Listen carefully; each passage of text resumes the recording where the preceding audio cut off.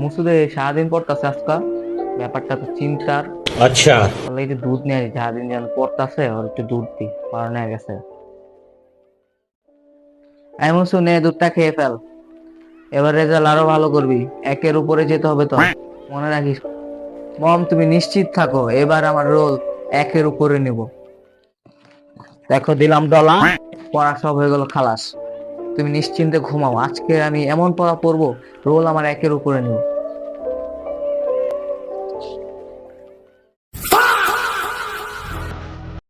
আহ, মা তো জানে না আমি যে মোবাইল টিপতাছি।